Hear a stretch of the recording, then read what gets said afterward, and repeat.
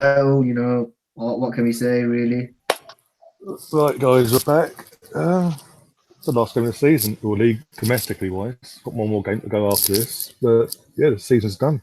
Emery's first Premier League season is over. We won 3-1 today, a point off in the end of full spot. Tonight I'm joined by Alex and Sam. How you doing, guys? Yeah, pretty good, man. Pretty good. I say pretty good. It's a weird feeling because, the season's over, and the realization that we've just missed top four by, was it 1 point? Literally a point. So either a win against Brighton last week or against Palace would have had us the top four spot by 2 points. So yeah, a bit of a strange feeling, that we've missed top four, but we're in the Europa League Cup final. So yeah, it's kind of stuck between a rock and a hard place. But I'm happy to be back on your podcast, man. So thank you. Cheers, Ryan. Yeah, thanks for coming on, especially at short notice as well as it was. Sam, what about you? How are you feeling about the whole events of today? How things unfolded with Arsenal? Well, yeah, it is a great end to the season, but it has been it's been an improvement of a season, but it has been a bit despairing. The games that we should have won, we either lost or drawn, by having some really, really silly errors, silly mistakes, and you know what? But at the end of the day, it's an improvement. We're in a final in Baku to look forward to in what 17 days time. So it's not all doom and gloom yet. Hopefully, we win the Europa League. Hopefully, we end the year with the season with some silverware, and hopefully back into the Champions League next season. But yeah, the events of today, we won 3-1. I can't complain, really. So yeah. Well, also the events of today as well. Aubameyang jointly did a three-way joint top goal scorer, basically. He's got the goals because his minutes to goals ratio is actually quite better than Salah's and Mane's. Should have had a hat trick today, though. He should have. He should have easily. Of all the strikes, the third one was the easiest that he should have put away and got the golden boot. And it's just the story of Aubameyang. He might bang a few, but he misses quite a lot in between. You know what I mean? But his first full season, and he has missed a lot of chances to be joint top goal scorer or not. That's still a massive achievement. Yeah. We came on there about half hour ago. I was putting together the goals that he scored recently. In the last 4, he's got 7 goals in 4 games, and that's the sort of form we need going into this final. We need him and Lacazette both to be firing all cylinders, because we can't be carrying anyone in that final. Yeah. Was you surprised with the lineup as well, with the amount of changes he made? Because everyone throughout the week, once we got through on Thursday, it was like, we need to put the youth squad out. No experience. Let's put youth. Just be like a pre-season friendly sort of thing, save them for the final. And then we sort of took that on board, but he got a balance right. He got a few first teamers, a few squad players, and the youth, and he obviously got the balance right because he got the result. What were your guys' thoughts on the lineup itself? Yeah, I was surprised. I mean, it was, for me, I was happy to see Mavropanos come back into the fold, but he got injured again. He's injured again. God dear. But it was good to see literally that Emery did kind of mix it up a bit with mixture of Willock, El Neni. Maybe back in there as well in the last game. You on Twitter earlier, watching El Neni and Guendouzi together was like watching Frank Rijkaard and Ruud Gullit play together. Really? Yeah. I put it on Twitter. I was like, yo. Who was that? Who put it on Twitter, man? I don't know. Search it, type in El Neni and Guendouzi, and I'm just dying. Person having a laugh. They're having a laugh. But no, it was good. I thought he would probably given a check, a few minutes, but I would have thought so as well. Yeah, I thought he would have. I actually thought he would have. It is his last. It would have been his last Premier League outing. Yeah, Given the man out. Yeah. But do you think that means he's going to play in the final then? Because he obviously hasn't played today. Ideally, from my point of view, I would prefer if we had Leno Same here. in the final. Secret agent check. You can't trust him, really, can you? And there was some snippets of him watching the other leg, with Chelsea and Frankfurt. I would have Leno start in the final. I don't know what you guys think, anyway. But yeah, I don't not the final. Yeah, on the day of your final, you always got to start your best players. Yeah. Your best players have to start from minute one, and without a doubt, Leno should start ahead of Czech, in my opinion, because at the end of the day, it is a big final for us. Leno's been our top keeper this season. Leno, fair enough, we've conceded a lot of goals. He hasn't had the fairest of clean sheets. You can't really fault Leno for that because our defense is absolutely rubbish. But hopefully in Azerbaijan, in Baku, in 17 days' time, we can actually pull a result out. We need it more than Chelsea do. We need it more than Chelsea do. Chelsea do not need to win the Europa League. We need it more than anyone else right now. Yeah. Are you guys going to Baku? No. I know people that are going. Really? Or have they already set on their journey to Baku already? Yes, like some people, the Europa League final tickets, they come out about. I think Monday or Tuesday onwards. I think that was. No. Like for everyone else, for like normal fans, normal people. Oh, general tickets. Yeah. It comes out like 6 months earlier. It comes out like December, January time, and I know quite a few people ordered them, and they've gone, they've got their flights booked and everything, but because we've got a really rubbish allocation, 6,000 seats. Chelsea got 6,000 seats. So if one of us triumph, hopefully it's us that triumph.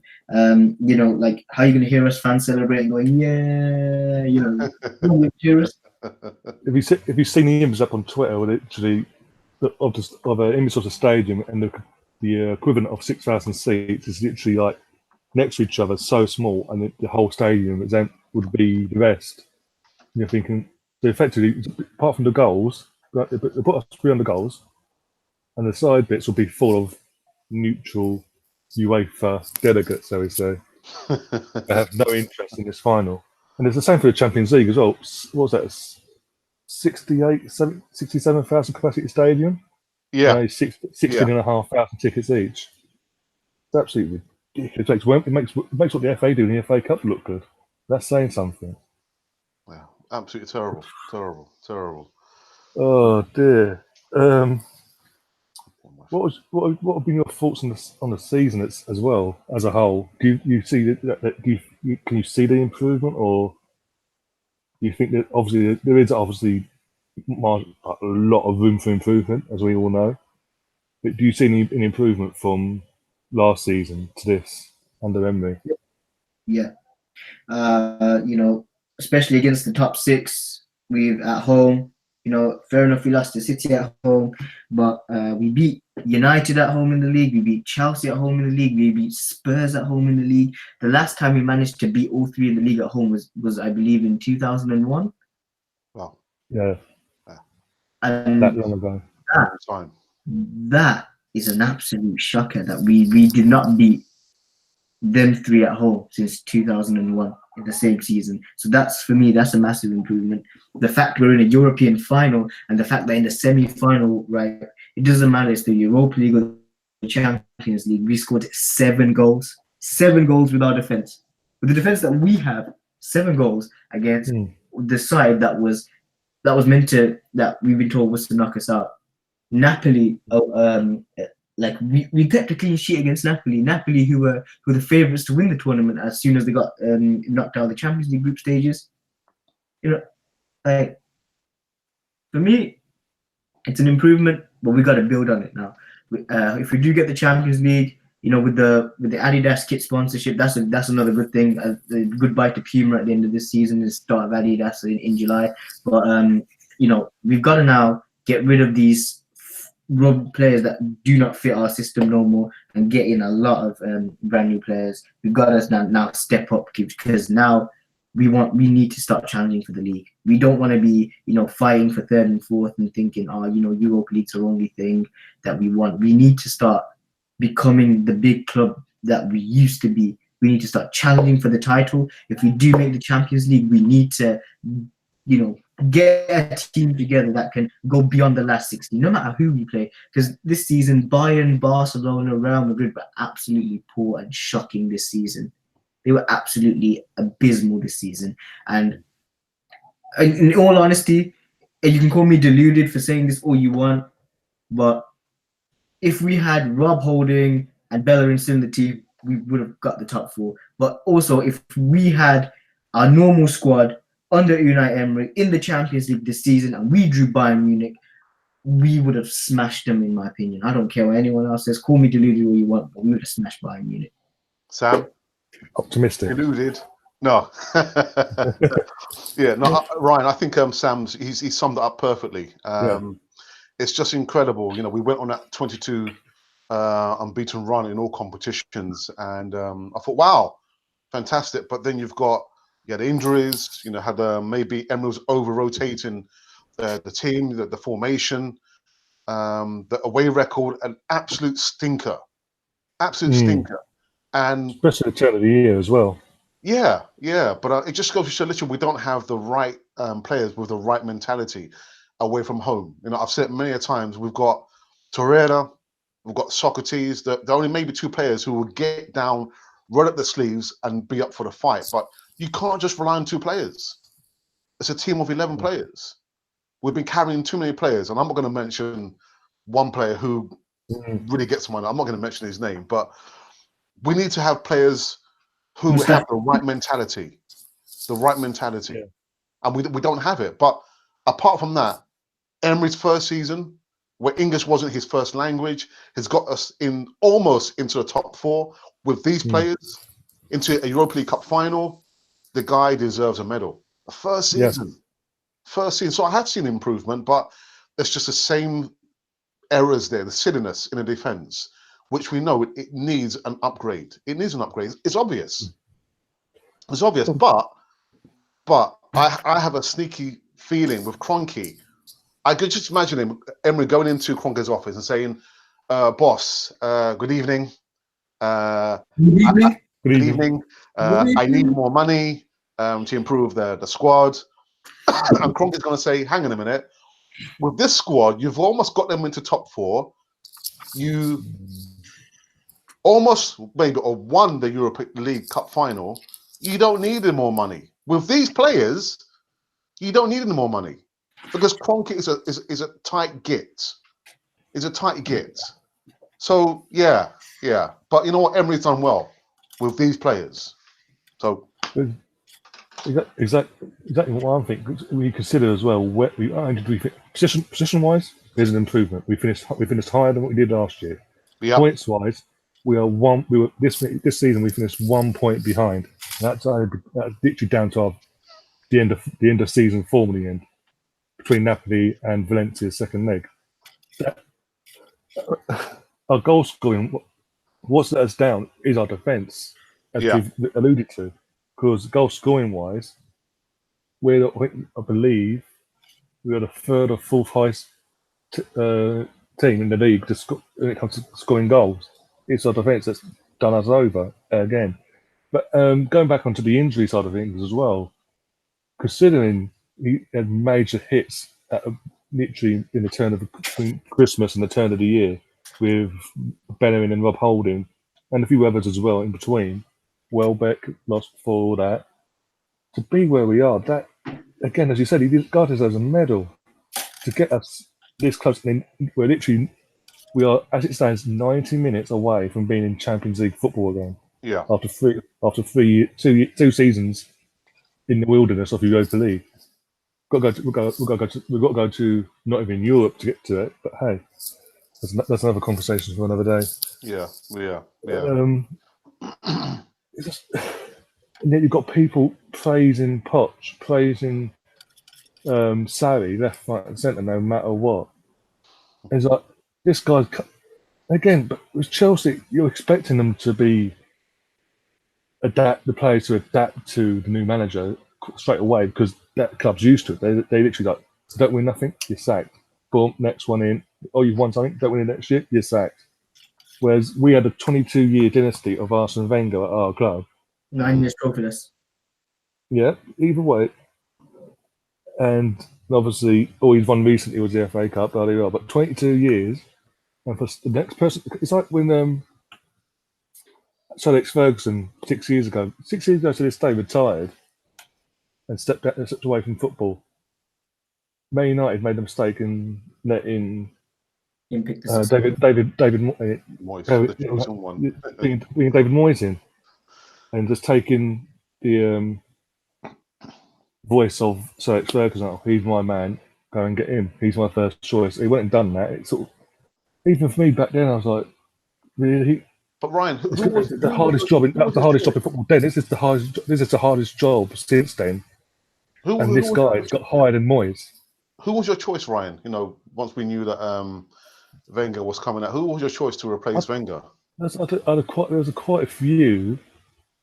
I would have said my ones were top three was Allegri and Simeone would have been my ideal two. I didn't want Arteta because with all due respect, that was screaming a David Moyes situation. I don't think we would be where we are with Arteta. Apparently, reports have said, like, I don't know if this is true or not, but I read it somewhere that Arsene Wenger wanted his successor to be Carlo Ancelotti, but apparently, yeah. But like the board interviewed Ancelotti and they rejected him because they didn't feel like he was the one that suited what they wanted. What they wanted was what they wanted categorically was like Unai Emery was the perfect fit. They wanted someone that was young with European experience. Ancelotti's, don't get me wrong, he's won 3 European titles. At the same time, he's getting on it a bit now. He can't go any further. Bayern obviously got rid of him. He won the Champions League with Real Madrid. After that, nothing really good has happened for him, but apart from winning league titles in Germany. But yeah, like for what Arsenal wanted was they wanted a fresh start, something new, where they interviewed manager after manager after manager after manager. But they went through a lot of different managers, but they also tried to see which one ticks the boxes. The ones that ticked all the boxes was Unai. Wow. Unai ticked the boxes because Europa League football, Unai Emery's won it 3 times, and the only reason I got the belt out was just to say WWE stands for Walk with Emery. But only Sam could get away with that. but yeah, like when it comes to it, like going through what they wanted managerial wise, that to say we're in the Europa League. This is our budget. Who can we go out and sign? Who will be the perfect fit? The Europa League, Unai Emery's won it 3 in a row. And potentially, hopefully, this could be his 4th Europa League title triumph. And I hope it is. For us, for everyone, I hope he does win it for us. But yeah, he fitted everything that they wanted. Sanlehi, knew him from his time in Spain, from when Sanlehi was at Barcelona, he knew Unai Emery, as when he was Sevilla coach, Valencia coach, for example, was like, what, this guy is quite good. Sven Mislintat, who was the head of recruitment at the time, looked at Unai and was like, can I work with this guy? What can I see out of this guy? If he was to tell me, I'm looking for a new midfielder, defensive midfielder, okay, I'll go out and scout. I'll bring you Lucas Torreira. It's what fitted his style, what he wanted. What it was, the vision that he brought. When you're in that boardroom, being interviewed by Ivan Gazidis and Sanlehi and Mislintat, the one question that all managers were asked was, "What is your vision for the club within the next 2 to 3 years?" Within the next 2 to 3 or 2 to 5 years, and with Unai, he gave you what they wanted to hear. He took players. Example by example, like say for example, he probably might have said, Rob Holding, he's just a young lad from Bolton now, but in the next few years I'll make him as established as someone as Gary Cahill was when he first came to Chelsea. Something like that. When I'll make Aubameyang and Lacazette the best strike force in the world. I'll turn Mesut Ozil into a Ever Banega type player where he hit his 30s and he was still dominating the midfield in a Champions League last 16 against Manchester United. This is the things. Sam, do you think he was promised a lot of money to spend on players? No, I don't think he was, because when Unai was at Sevilla, he worked with a restricted budget. Sevilla was selling players year in, year out, working with a restricted budget, and he managed to build a Europa League winning team through there. With the investments he made with the small amount of money. Sorry, Ryan, but imagine you bought Enzonzi for 7 million from Stoke City, and Enzonzi turned into a baller at Sevilla. Wow. I think the reason why Alex was asking that, Stan, as well, because how you look back in January when he announced he couldn't sign no one, his demeanour wasn't of someone who knew this was coming. Yeah. Yes. Absolutely. He was not happy. Yeah. But he threw it out there. He put the board under the bus there. He wasn't afraid to hide it. And that's something as a fans, we were at the time like, well done, thank you for being honest with us. Yeah. You look at his demeanour at the time, it was very shoulders down, like he wanted to sign people. He was told he couldn't do it because of a wage bill that was way too high because of a certain person who's now AC Milan. But by the way, wants Mustafi, so you can have Mustafi. Give us 50 mil, you can have him. Make a profit on him. I don't I have to go. My time is up. Yeah, no worries. I have to come on short notice, but thanks for having me on the show again, Sam. It's good to see you again, man. Good to see you, man. Anytime you leave me on your channel, you hit me up. Yeah, I'll come on. I'll send you a message in a DM. Yeah, take it easy, man. You too, man. See you later. Yes. So yeah, I think that's the reason why I was asking, because his whole demeanour. I keep saying his whole demeanour was literally like his body language. He just didn't look happy at the time. So I think he was promised some money, but not to the obviously not a load of money. Just enough to start building what his idea was. But a certain person who's now at AC Milan sort of screwed him over. But I personally believe with the wage bill. Because this is a manager who identified as Ramsey as a player that he wanted to build a team around, who's now having to let him go to Juventus for nothing, and having to keep Mkhitaryan and Mesut Ozil at our club, who aren't giving us on a week-to-week basis the same as what Ramsey was doing this season. And also hats off to Ramsey as well, from someone who knew he wasn't wanted at the club in the end, to then go and do what he's done and put performances in, week out. And even last week, you saw last week how much it was hurting him to say goodbye to fans at the Emirates. And it's disappointing as well, because the final as well has been set up in a way it's like it's meant to be for Ramsey to go and get that goal that gets us gets us back in Champions League and gets us that European Cup.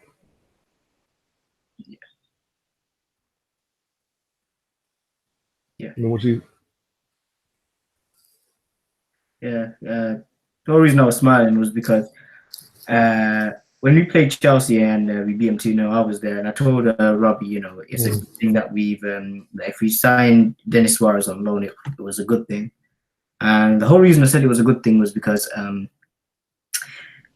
if you turned out to be rubbish, all we have to do is send him back.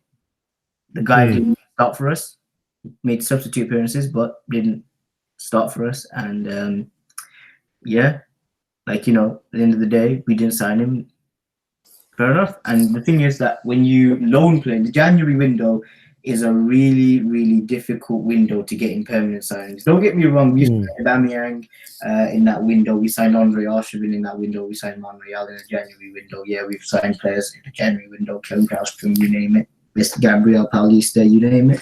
But it is a tough window where to sign players, because not everybody will want to leave their respective clubs because they've got a lot that they want to achieve at their respective clubs. And when it came to the January window, it was difficult. The only thing we could do was loan players. That's the only thing we could do. We could only loan to sign players. We couldn't do anything other than that. Thing was, we wanted to sign Carrasco, but we didn't have the money to buy him in January. So we might go again in the summer for him, from what I understand. Ivan Perisic, from Inter. Yeah, from Inter. Perisic actually thought he was on his way to us. Yeah. He actually thought he was on his way to us. He's already wanted to come. Yeah, I think he tried to force the move, but the moment he heard that Arsenal couldn't afford him because Inter wanted a permanent deal, but we only wanted a loan with the obligation to buy. Inter were like, no way, we're not having this. Other than that, it was all agreed. Perisic was going to be an Arsenal player for a few months. I guarantee you, had we signed Perisic on loan, had we signed Carrasco on loan, we would not have missed out on the top four. There's a lot of factors that come into play when it comes to missing the top four. Well, especially as we've touched on before, sorry, it's the I think injuries. If you had the injuries and stuff, losing them players has had an effect, especially in the turn of the year from January onwards, in us missing out by a point. That's again, you missed out by a point. We are position higher than what we was last season. There is improvement. It's just this summer now, no matter what happens on the 29th, he's got to go out and get rid of the players that are not working in that defence and get players in that he knows will work in that defence. Yeah. Will cover that will also then come in and also cover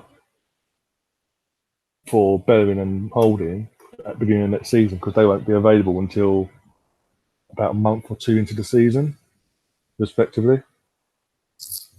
Yeah. Obviously, because we don't know what's happening with Koscielny either, because his contract is now up in June or July, whenever the contract finishes.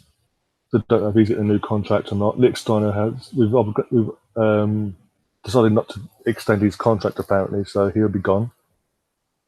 Well, so it's a big summer now. I think what would go in Emery's favour is if he does win the Europa League. Yeah. And he's got more reason to go, look, we're into this situation back in the Champions League. You want me to sustain it and keep and push on now and do what Liverpool have now done and to start competing. Give me some funds to get the right players in and we can push on. Or we could be in the same situation this time next season. Yeah. At the end of the day, what we want to do now is we want to be challenging in the Champions League. We've had 20 bites of the cherry and not won it once. We've only won the final in 2006.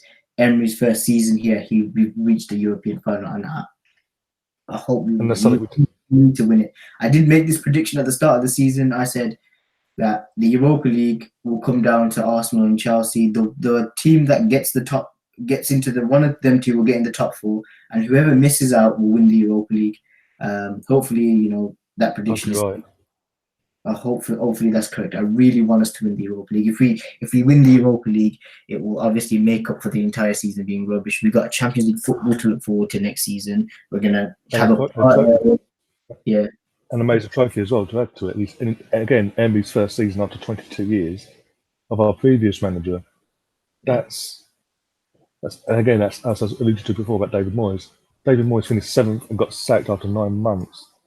Emery has come in. We've missed out on top 4, from mistakes from him and the players in the last half of the season. To win a trophy that gets you back and you then get your objective that way. Because his main objective was to get us back in the Champions League. If he does it that way, with a trophy, everyone's laughing. Yeah. I mean, out the top 6. If we look at today, we can blend more youth in. If we look at Nketiah scoring the 3rd goal, so it's a mad thing at the end of the day. Nketiah scored his 3rd goal. The next season it looks more promising where we can blend more youth in. We can fit more, get more, spend more, players more on players. We need to buy out on our wingers. We need to buy a new defense, a new back line. Maybe with Welbeck going, we might need to sign one more striker because people might think, we've got many top class strikers, but at the end of the day, if you look at Liverpool, look at Tottenham, for example. I know I shouldn't say this, but Harry Kane was out, Lucas Moura stepped up, and Son stepped up, right? Liverpool missed Firmino and Salah against Barcelona. Origi stepped up. So when Aubameyang and Lacazette get in, if they, forbid me saying this, if one of them two get injured, who are we going to need to step up to score the goals? We're going to need someone there. Do you think if this, because obviously as we alluded to last week, he's got a whole pre-season now, whole summer of his entire squad. Do you think he'll give the likes of Sacco and Eddie himself a chance next season and sort of bring them in even more into the fold. And obviously, Reece Nelson got Reece Nelson coming back as well. Smith Rowe. Do you keep them? Or do you loan them back out to another club for another season? Well, not Reece Nelson. Emil Smith Rowe is still young, so I would still give him another loan, so he can improve his game time. Reece Nelson has been doing bits at Hoffenheim, but I'd still give him another season in the Bundesliga. Tell him, what, have another season there, and and you can come out on top even more. Again, the other two, hopefully try and blend them in slowly. Get them in, and hopefully they can prevail and do well as a unit. I mean, we really need to have more homegrown players in the team. We need that. Yeah. Hopefully in the summer we do sign players. Today showed that we are lacking this entire season.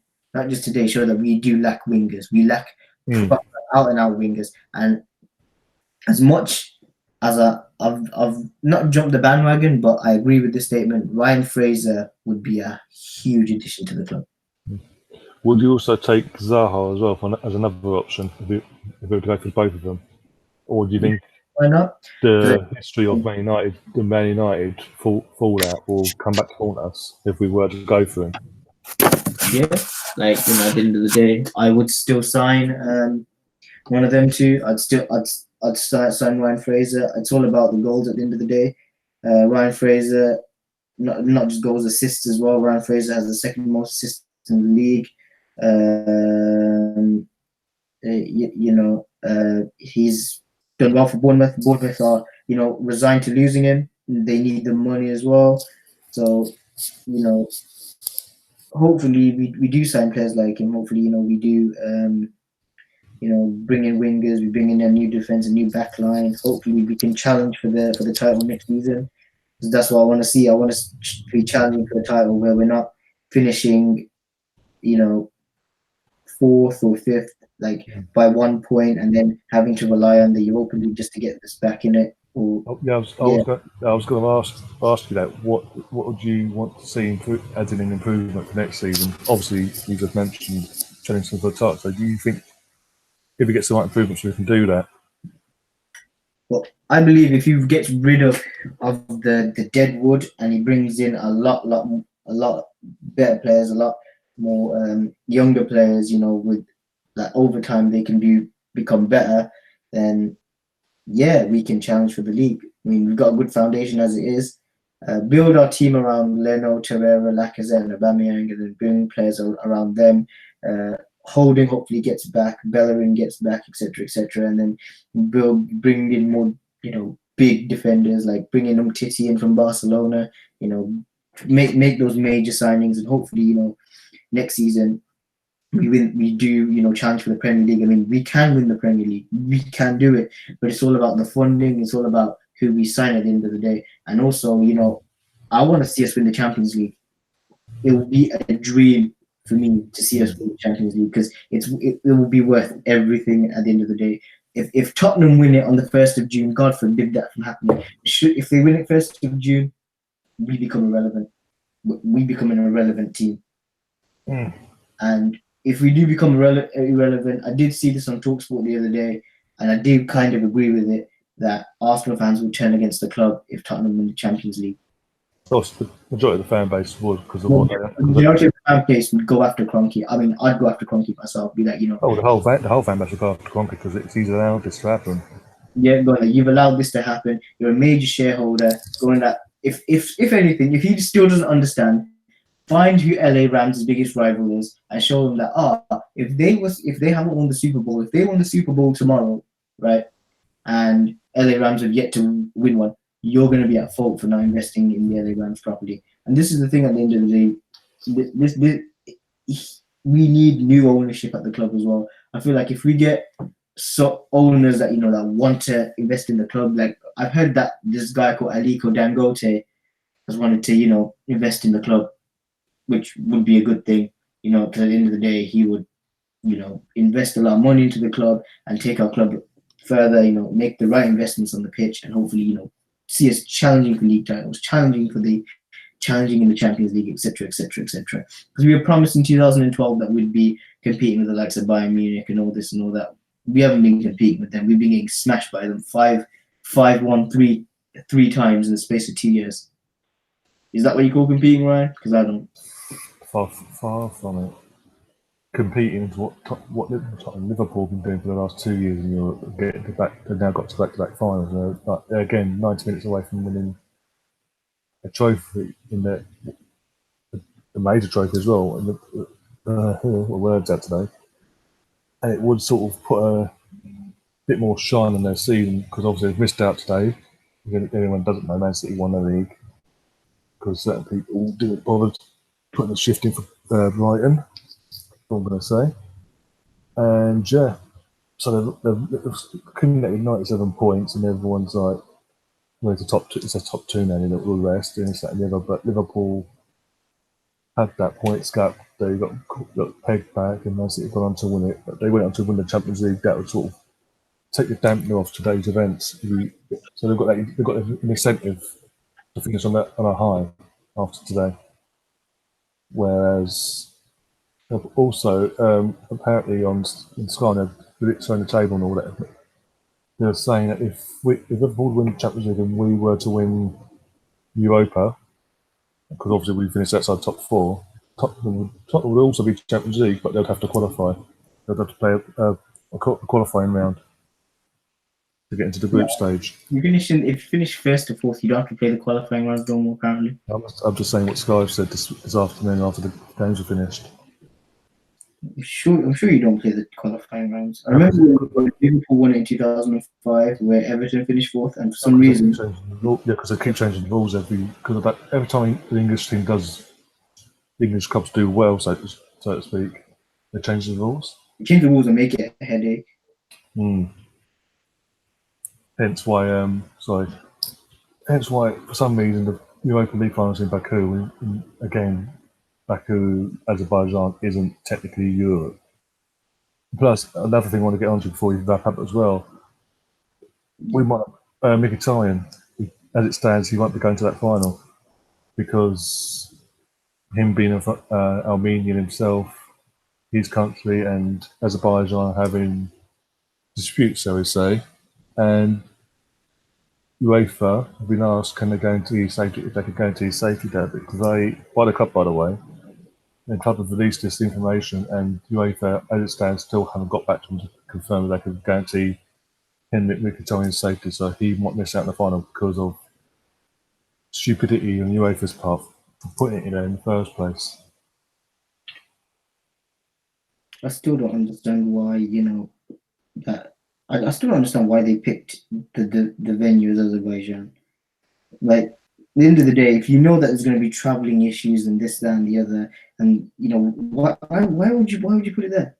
No, because it just goes to show that UEFA and FIFA, along with FIFA, are just dodgy and out of touch with football and football fans alike, and they just don't care. Because you can ask the same question. The next World Cup's in Qatar, and there's talk about we move to our winter, because their summer and our summer, it would be way too hot. It would be inhumane weather conditions. But if that's the case, why on earth would you consider? Well, that's right, money. That's why Russia got the World Cup, because certain people, including Abramovich, who are part of the old Russian mafioso, make a little threat, give you a little backhander, you tell an eyelid, you give them the World Cup. Yeah. Because even Russia, it's all, let's be honest, Russia, that was a risk, because anything could have happened there, especially you saw Russian fans, how they behaved in France for Euros. So that's just heightened things, and all of a sudden everything's okay, everything's quiet, nothing's going on. But they're having civil disputes because they want part of their sovereign nation back that they gave up years and years ago. Mm-hmm. But hey, let's just stick half of London, or 12,000 fans from London, in the middle of nowhere, and can't guarantee their safety. But hey, as long as we're getting money from it, That's the thing. They just don't think properly. They don't think long term. They just think about the money and how much they can generate. Stuff. Like even Because the League final. Look at the Champions League final as well. Like that's even they're ridiculous as allocating well. 16,500 each. yeah, 16,500 each in a what 89,000 capacity stadium. You mad? 79,000 exactly capacity stadium. Yeah, 16 and a half each, both clubs. 3,000 to general sale. Sorry, in general, so that would have gone on sale months ago. And the rest will be going to UEFA sponsorships and dignitaries that will want to be there, but don't have no affiliation with either team. And as you said, with VAR won 6,000 for both clubs. And we've both seen the stadium. We've played already this season. You're so far away from the pitch. If we win it, how are you going to hear either fan set celebrate at all? Yeah. But also, when we obviously on Thursday, when both teams obviously went through, not only is it guaranteed, we're guaranteed English teams to win both competitions. Whoever wins, we're going to have obviously Man City, whoever wins the Champions League and whoever wins the Europa League in pot one for the group stage. And obviously UEFA ain't going to like that, so they're going to change the rules again. I guarantee it during the summer to benefit European dignitaries that they do like La Liga, because the fact that not a Spanish, even Barcelona got annihilated the other night, that won't go down well then. Yeah. They'll change the rules to benefit them so that this doesn't happen again for an English club, for English sides. Because on Thursday I was putting out tweets and I was sending messages to lots of Honour saying the fact that both Tottenham and Liverpool both got through, they're not going to want all four getting through. Arsenal or Chelsea have got to give. One of us has got to give. It could be a long night. Be prepared. And the fact that we obviously got through resoundingly. Chelsea scraped by the skin of their teeth. But the 6,000. It's just ridiculous for what? Again, 68,000 capacity stadium. Just split it down the middle, half and half. Yeah. If you want to keep a few thousand back for yourself, like 2,000-3,000 for yourselves and your sponsorships, fair enough. But it's absolutely ridiculous. I mean, and they've also got the. If that's the case, whoever wins both UEFA Champions League and Europa League, they've got to play each other at the beginning of the next season in the Super Cup in Istanbul. In Istanbul, where Liverpool played in 2005. And the capacity, imagine the allocation. What sort of allocation that's going to be? Yeah, it's not like Arsenal said we can't do a screening for that night because our stadium's under construction. Because after the day after Brighton, they started tearing up the last half of the stadium that they need to add on to more seats in the club level because they couldn't wait 3 weeks apparently. To be honest, looking at it, I'd rather than wait the 3 weeks, do the screening in the situation, knowing their situation of 6,000 fans only going to Baku if you're lucky. Do the screening and then the day afterwards you start construction. And if it means you don't do it, if it means we have to shut the much up for another year, so be it. And members say again, so be it. Just get extra. We have to do then. Worst case scenario, you have to pay for extra men on the job to get back up to speed to where you need to be quickly for 2-3 weeks. The first 2-3 weeks, and then you go back to your normal, what was normally originally arranged, and then go from that. But no, don't want to do that because God forbid. Oh dear. yeah. Gonna say now. So, what you're looking forward now? We've got what? I'm trying to think now. What the day is? The 11th. We've got exactly 2.5 weeks to the final. Are you feeling optimistic? And what do you think the outcome's going to be? Personally, Hopefully, I want us to win. We need to win. The players have to be up for it because they know that this is our only shot of getting into the Champions League next season. This is our only shot, and if we don't win, it'll be a nightmare for us to recover from, especially losing to another English side in the Champions League final. I really don't want. I really don't want us to lose. I really want us to win. We need to win. We have to win, and we really need to do it. But Ryan, I kind of need to go off now. Yeah, no worries. I was about that. But anyway, thanks Sam for coming on. Yeah. I appreciate it. One thing I will say quickly is my score prediction for the Europa League finals: Arsenal 3, Chelsea 1. Yeah, I'll take that. I'll happily take that. But I think it'll be. If we attack the game with the same attitude we have done against Napoli and Valencia in previous rounds, yeah. I reckon we'll win 2-0. Maybe 3. Hopefully, man. We really need to touch with everything, man. Yeah. I really want it to happen. But yeah, Ryan, I kind of gotta go now. Thank you for letting me come. Yeah, no worries, Sam. Cheers for that. Cannon fodder, yeah. You big up cannon fodder and all that, yeah.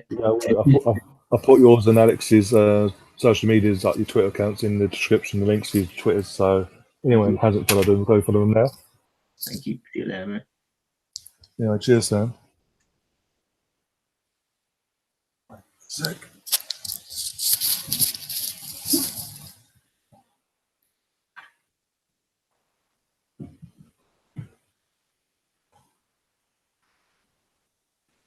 Right, and that's basically wrap up now. Yeah, got a nice 2.5 weeks off now. And the plan is to do a preview, but not on Tuesday night, the night before the final, with myself, James, and another guest. Again, wait for that guest to confirm they're available, and then the final itself. And then the review for the final will be Thursday. Might change to a Friday, depending on if people are available. But yeah, if you're coming across this now on the playback, yeah, I like what you're seeing and this, that, and all that. If you haven't subscribed, go subscribe now. Hit the notification bell as well so you don't miss future live streams that I'm doing. That I've got coming out first this season and then run on to next season. Smash the hell out of the like button. Just literally smash it. The more likes I get, the more people will get to see this. And hey, that's what this is all about, getting more people to see my content and subscribing, this, that, the other, build up the numbers, and then be able to provide and add more content to this channel going forward. As I've mentioned before, me and James have been talking to each other a couple months back about him having his own segment. That's probably going to now start either during the summer or just at the beginning of next season now. We're that basically talk more in the next couple of weeks and then confirm that at some point. Probably after the Champions League, Europa League and Champions League finals, we can put out the way. And once that is all confirmed, I've got a video out on here confirming that as well.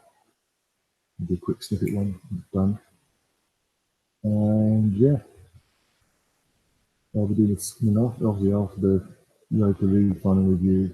I will then leave it a week from that video and then do one last video for the season, which will be a season review with myself. I'll have 4 guests on, getting their opinions on the season, this, that, and the other, and got their thoughts going forward, who they want to get in this, who their transfer ideas are, who they think needs to go, any staff they let go, and then I know there's one particular I'd let go, Steve Bold being coming up to Tony Adams, or it's a kid crap out the club basically, and actually do these players to defend. And yeah, and from that, I might, after the season review, might do a quick review of our next season's fixtures when they come out on the day itself. Might. terms of work, I'm busy, a lot of other people are busy, obviously a sort of review of this. And I'll do a season preview for next season. That'll be on the eve of next season. And obviously then we'll start again. Then for next season I'll be adding previews to my channel for all games, be it no matter what happens in the league, if it's Super League or Champions League. We all Premier League reviews, Europa Champions League, whatever one we're in, FA Cup, League Cup, along with reviews as well to go with it, and other content, as we spoke about before, with James, and more other Arsenal-based content as well. And yeah, so I've got a nice, relaxing couple of weeks now. I just not have to stress and worry about what's going on in the club. Just again, like it was on Thursday, be excited. I'm going to be excited for the next couple of weeks. I'm going to look forward to that final, and hopefully the lads and we bring it home. And hopefully as well, and also I'm going to say this as well, because I just really like remembered, if we was to win the Europa League and the club do a trophy parade, I will then do a live feed or a vlog. I'll put a tweet out on my Twitter near the time, not either way. That is the case. I'll put a tweet out. If you do win it during the parade, I'll put a tweet out saying with a poll of do you want a vlog or do you want a live thing, and go from that. So that we have something else to be doing to channel, possibly assuming touch wood, we do win the Europa League. Yeah, it's a lot of Turkish rain. Judges, possibly Ola as well. He's not working that day, and the presentation for that. And Kenny Kane and all the others basically. And it would be none of that would be in the video as well, be it a vlog or a live thing, whatever. And we'll go from that. But until now, would be 29th of May. Goodbye another aged, literally, another year. Yay. Just enjoy this now, embrace this occasion that's coming up, and get behind the team, support the team, and reel them all the way over the finishing line. Hopefully, European glory that gets us back in the Champions League. No bitching, no fighting, no going, oh, when we've got to go, this person's got to go, Just for now, we're 90 minutes away now. Get behind the team and your manager, please. Until next time, up the Arsenal.